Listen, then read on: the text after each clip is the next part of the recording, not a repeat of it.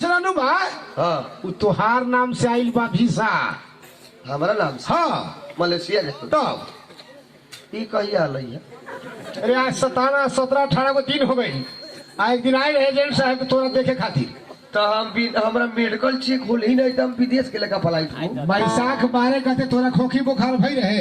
हाँ गांव में स्कूल में क्वारंटाइन बना रहे। हाँ सब आदमी के खोखे उखा के लिया बंद कर देवे। हाँ तो सोचनी एगो दुलरुआ भाई है कहीं क्वारंटाइन में पकड़ा गई तो बड़ा दशा हुई। हाँ तो तोरा के हम ठेला में बैठा के काठमांडू लेके निकले रहे चेक करावे हाँ हाँ प्राइवेट हॉस्पिटल में। हाँ हाँ तो वही बहाने तोहर मेडिकल चेक करवा लेनी। तो कहलक बढ़िया बा। एक मतलब हमारा नाम से पासपोर्ट हो हाँ विदेश हमरा जाए के बा। हाँ कितना दिन ले 3 बारिश अर्जेंट कहाँ के हो? अर्जेंट हेला घोड़ा साल की। घोड़ा सा हाँ कितना पैसा ले ले 1.5 लाख। रह दे भले 1.5 लाख पहुँच जाते 1.5 लाख रुपए स्वयं पहुंचने वाला कह दिले। विदेश हम न जाबो। काहे रे कौन बात हो? कौन बात है? काहे न चाहिए तू अपना हाथे जो ना तो शादी हो गए भैया समझ जेठ बड़े हम तो कहती बाबू से ली गणा तू जेठ भाई बड़े तो बियाह हो गए हाँ। 6 महीना से मौगी के मुंह दिख ले बड़े तू मरियो जेबे तो हमरा तकलीफ ना हो। हमरा अभी माथा पर मौर नहीं खे चढ़ल। अब विदेश जाए वाला आधे नीमन से आवल आधा बाटवा मछली लेकर प्लास्टिक में कोई खोके आवे। अरे वैसा ना होई हमारे भाई के। हम रोज दिन हनुमान जी के पूजा करी लिया। तब तो हम 15 ही दिन में बक्सा में चलो। वैसा ना बोल हमारे भाई के। हम हमार बियाह लेके बेल हम विदेश न जाए कहीं मर गेली हम हमार आत्मा शीशो के गाछी पर भट ऊपरी। हाँ 1.5 लाख 5 लाख दिले रहे तो यो न जाम हम। देख हमारे भाई अगर ये जमीन नीलाम हो जाई नू अब जल्दी की विदेश भेजेला पीछा कर ले बड़े तो हम 1 महीना न भेटे। तोरा का हम जैसे भी खोज लेती। हाँ बाबू हम न के लिए विदेश रे तोरा विदेश ऐसे बैठावा था नहीं देख घर के का स्थिति बा। हाँ हाँ घर तो खराब। लोग हंसे लगे दोनों भाई ढिलाई करेला जगह जमीन हैते नहीं की। हाँ गजमजरुआ जमीन में घर बनैले बा। हाँ तो वो से कहा तारी कमा के अबे नू हाँ तो जमीन थोड़ा किन के बढ़िया फैसिलिटी वाला घर बना देम। हाँ और धूमधाम से तोहर ब्याह करेम। पुणे से लौटबै त हाँ भाई एगो बात कहियो कहा घर में हमरा राख आ चाहे न राख तोरा मन हो न गाड़ी मई पर ले चल के हमरा चढ़ाव न चढ़ा के काहे रे तोरा सामने मरम तो हमरा तकलीफ न हुई लेकिन हम पाछा में न मर। बाबू कुछ न होई। एजेंट साहब कहा था बढ़िया कंपनी हो उमे तनको मेहनत न हुई। तो हमर बियाह करा दे हम जब। अरे उहे तो कहा था कि घर द्वार देख के हरक जाता कुछ तो हर वातावरण से एक्शन से हरक जाता और कुछ घर देख के न हम जाए कहीं मर जाए तो पहले में बियाह करा दे हम अपन नया मेहरारू घर में ले आए तोरा जी में लगा के चल जाओ। न तोरा कुछ बुझाला तो सही सरदार बड़ी घर में तो तू रेख देख न कर। अरे बुढ़बक शादी करके बेगर बाल बच्चे भइला विदेश जाए वाला मूर्ख आदमी हो गेला। तो ठीक बात तू न जिम्मा लेवे तो बाबू के जिम्मा लगा देवे। बहुत मारे बाबू कहल तोने दोनों बाप दोनों भाई विदेश चल जेबे तो तोने के घर वाला के लेका फेंका के हम समझो। हाँ तो दुख बीमारी हो जाए दवा दारू ना ले हन। हाँ बाबू कहले हम घर के जिम्मा ले ले हम। बढ़िया बात है। हाँ। बाबूजी के व्यवहार में गाँव में 2000-4000 मिल जाये। तब तू अपने हाथ जो ना न हमरा अरे हमरा बीमारी ठहरा देले बा। तो बीमारी होगा। हाँ कौन बीमारी हो? अरे कहत रहे निमोनिया के शिकायत में 6 महीने बट में खाए को होई। ए तो ठीक है तो एगो काम कर कह विदेश न जाबे तो घर नीलाम हो जतो। हाँ 1.5 लाख रुपया घरे पर ले ले बड़े। सही बात। खेत बाड़ी है न अह बाबू के भेज दे कथी करता हूँ चुप रहो घर में कहला रह ना मारम तोरा के दिमाग ठिकाना पर तो डेट स्कुआरी घरे बैठ के कथी करता। रे उनकर उम्र विदेश है के हा उनकर उम्र घर में बैठ के हमनी से सेवा करवावे के हा। सेवा न तू बात बुझ भइयो हम होशियार बाड़ी हम चाहे दूसरे भंग बाबू के हार्ट के बीमारी। अच्छा आ प्लेन तर धर धड़ा लई। हाँ कहीं प्लेन उड़े के बेरी कहीं बाबू के हार्ट अटैक हो गए तो अर्जेंट के लगले कालर पकड़े कम हम बाप ले आके दी ना तो 5 लाख रुपए डलती बिना अकेले हो जा सब। अरे बाप मतारी के मुआ के पैसे कमाए के चाहता रे। पैसा बाप है कि मरे के टाइम में 5 लाख रुपया न देते साफा बूढ़ बाके बाड़े थे बाप मतारी को ऐसे करबे नू ओ लेखा नाम होई बाबू चल जतो न तो हमनी के नाम होई लोग कहे कि सब लोग के बेटा विदेश जाले आ मोबिलवा डीजलवा के बाबूए गेल है नाम होई कि शिकायत होई बाबू शिकायत हुई सब लोग हंसी। तो एक घर के गार्जियन कौन बा? एक घर के गार्जियन हम बनी। तोहर कहाँ भइलू?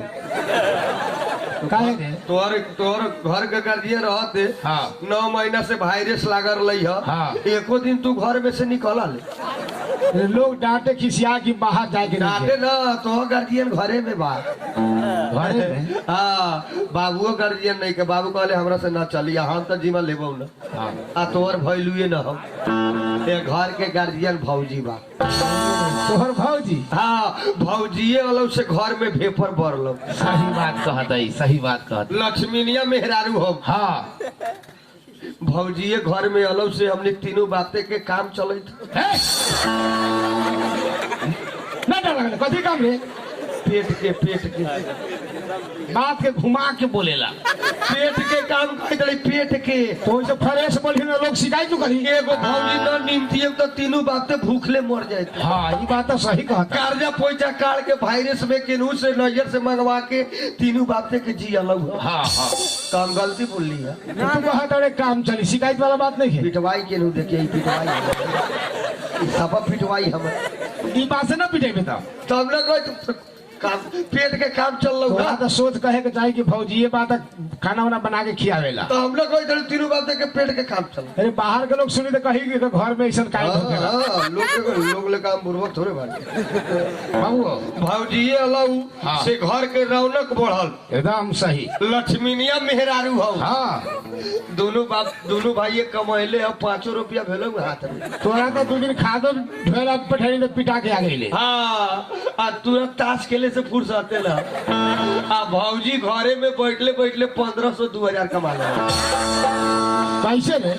सिलाई करल हाँ तो वो बात लगा तुझे बारह घुमा अपने सबू बात ओसन बात नहीं सिलाई बाबू सिलाई करल। हाँ वो से तो इलिम वाला। हाँ तो इलिम वाला हम तो हमने कोई थोड़ी घर के गार्जियन भौजी बा। अच्छा तो बोल का करे के पड़ी? भौजी के हाथ में डिसीजन फाइनल। अच्छा अगर भौजी हमरा कही हाँ तो हम जान अगर तोहरा कहलो तो तू जाइए आ बाबू के कहते तो बाबू जाते। चुप बाबूजी ने ना कहिए।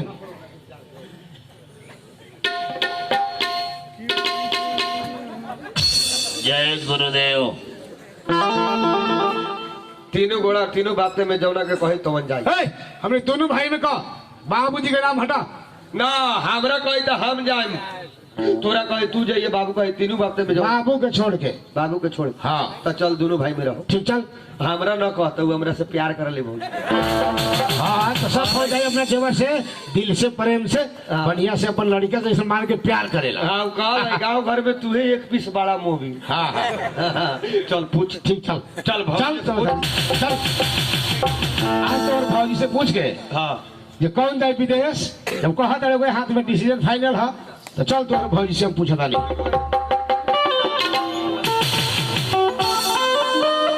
ओले के ने वो तू टोला थोड़े के लिया तब हे ने घर में गेलो घर में। ठीक बा चल।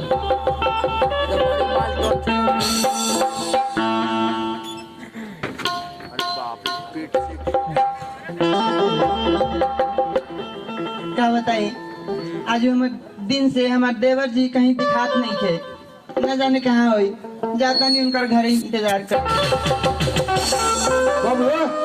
बोला ना हम ही बोला तू न बोलाओ। हाँ बोलाई के नहीं बोलाई रे? हमार बियाह वेली से हमरा जानकारी। ठीक बा हम बोलावा तानी। मेहरारू जी हो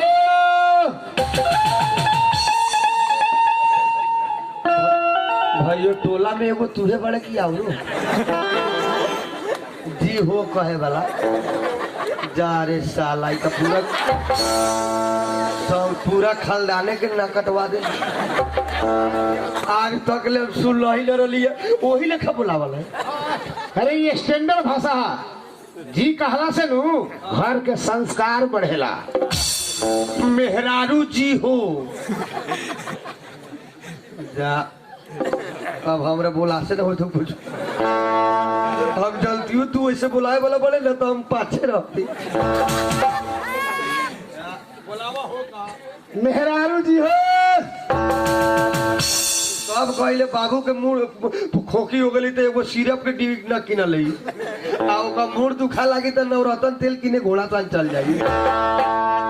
अरे नया नया बिया ना सेवा सत्कार करम तो रही। साउंड वाला भाई बढ़िया फ्रेश साफ एकदम। हाँ बाबू हमरा से नहीं क्या बोला तू ही बोलाबो। आज तोरा से ना बोल तो आवाज में पसंद ओकरा ना हमरा से एके बेर बोल दे। मेहरारू जी हो मेहरारू लगेला तू मेहरारू जी कहबे तो हम कहते मौसी जी कहते साफा बुढ़ बके रह गई सब दिन। हम कभी कहूँ अरे बुढ़वा हमर मेहरारू हनु तो हम मेहरारू जी कही चाहे हो मेहरारू चाहे रे मेहरारू चाहे घरवाली कही लेकिन तू तो ओकर देवर भइले तो हम कैसे कहूँ तू कह भौजी जी हो। भाऊजी तू कानून से चलबे की जबरदस्ती करबे एमे कानून कथी अरे बाबू कहेगो हो कहेगो एगो बाबू एके गो ना दोनों भाई बाबूए कहला एगो माई हो दोनों भाई माइये कहला एगो मौसा आवले तो दोनों भाई मौसा कहला एगो मौसी के दोनों भाई मौसी कहला आ घर में एगो मौगी तो दोनों भाई मौगी ना कहला साफा न हो जाई बुढ़वा कही के भाऊजी कही भाऊजी जी हो। हाँ बोली मोबिल बुआ जी। बड़ी सेक्सी आवाज हो मीठा आवाज। मीठा आवाज मीठा